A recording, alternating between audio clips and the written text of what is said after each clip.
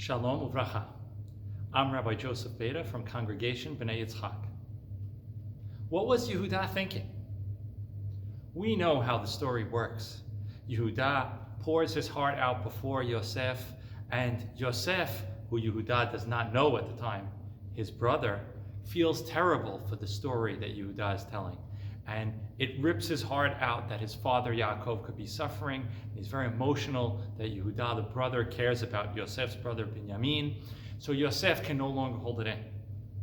But Yehuda didn't know that Yosef was Yosef.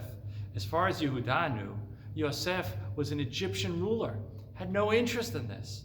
Yosef was all about pushing down Yehuda and holding back Binyamin.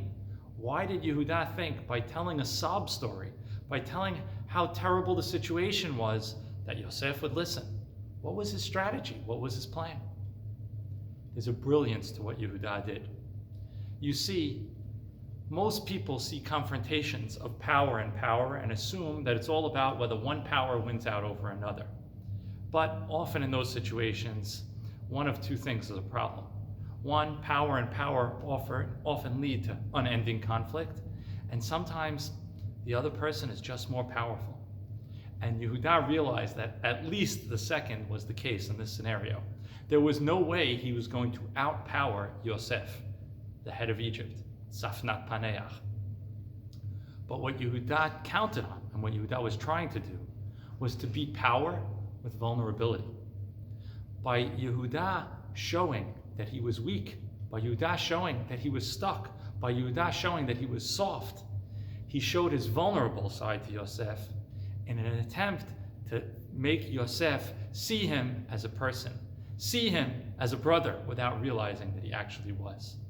And there's a brilliance to this because this is what really works in peace. So often we think that in order to accomplish peace, we have to show strength. In order to accomplish our purpose, get our way, we have to be strong. But sometimes, as Yehuda shows us, showing our vulnerable side, showing that we're human, actually softens the other side up and makes them see in us what we need to see. And if that's true, then we have to be careful when that situation is being played upon us as well.